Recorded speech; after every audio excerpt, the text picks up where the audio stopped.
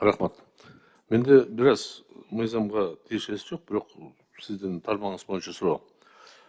Бизге берилген паспорттордо магнитная лента деген түшүнүк бар. Ал жерде маалымат барбы жокпу? Негизи карточканын максаты ушундай болчу эле. Фамилия, аты жөнүң, жалпы маалымат жазылат, ал эми кошумча маалымат ушул магнитный носительде болуш керек деп бизге түшүндүргөн да, бир 20 жыл мурда. Андай эмеспи? Саламатсызбы? Калктык каттоодун департаментинин директору Минбаев Арсен, мен жооп берсем уруксат болсо. Biraz катуураак айтыңыз, анан өзүңүз кимсиз деп айтып бериңиз. Минбаев Арсен, калктык каттоо департамент башчысы, директор болом. Мурункудай лента деген жок, азыр деген электронный чип деген бар паспортто, биометрика. Сыртында жазылган данныйлардын баары ичине кирет. Ичинде жазылып турат да электрондук түрдө. Ар бир паспортто ID картада ушундай маалымат бар, туура? Туптура. Кантип текшерсе болот? Аны атайын программалар бар, ошол менен эле текшерип ачууга мүмкүнчүлүк бар. Кимде бар ушул программалар? Любое приложение скачать этсеңиз болот. Мен Мен аны каяктан билем? Сиздер мага түшүндүрүп бересиздерби же жалпы маалымат бересиңерби? биз беребиз. Мындайда мурунку паспортто никеси бар деп жүрчү эле. Анын аялын ким же күйөөң ким деп жазылат эле. Азыр жазылбай атат, туурабы? Бүгүнкү учурда никеси Баарыбыз бар. бойдок болуп калдык да. Никеси бар же жогу чипке жазылат, чиптен окулат, андан тышкары база данных бар.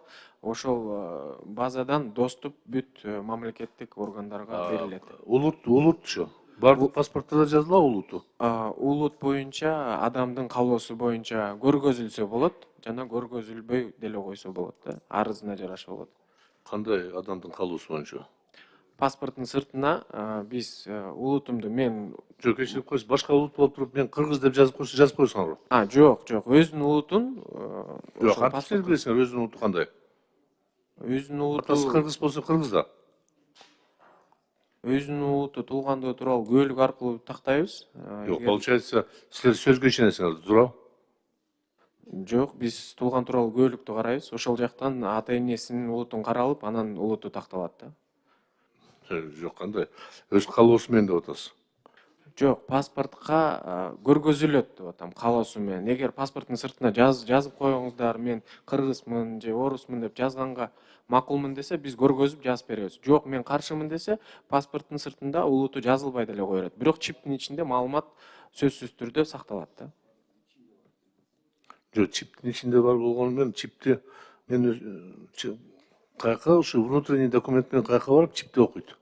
Азыркы учурда сиз түндүк приложенияны скачать этип, идентификационный карта деп цифровой документти ачып карасаңыздар болот. Жок, сиз мындай кылыңыз, сиз помощник айтсаңыз, менин помощник менен сүйлөшсүн. Сиз мага берген сунушуңузду мен аткара албайм, скачать эткенди билбейм аны. Пока, к сожалению, билбейт экенмин да. Ошондо жардам берсеңиз, мен текшерип көрөйүнчү. А то аялым урушуп атат, никебиз жок экен паспортто. Жарайт. Рахмат.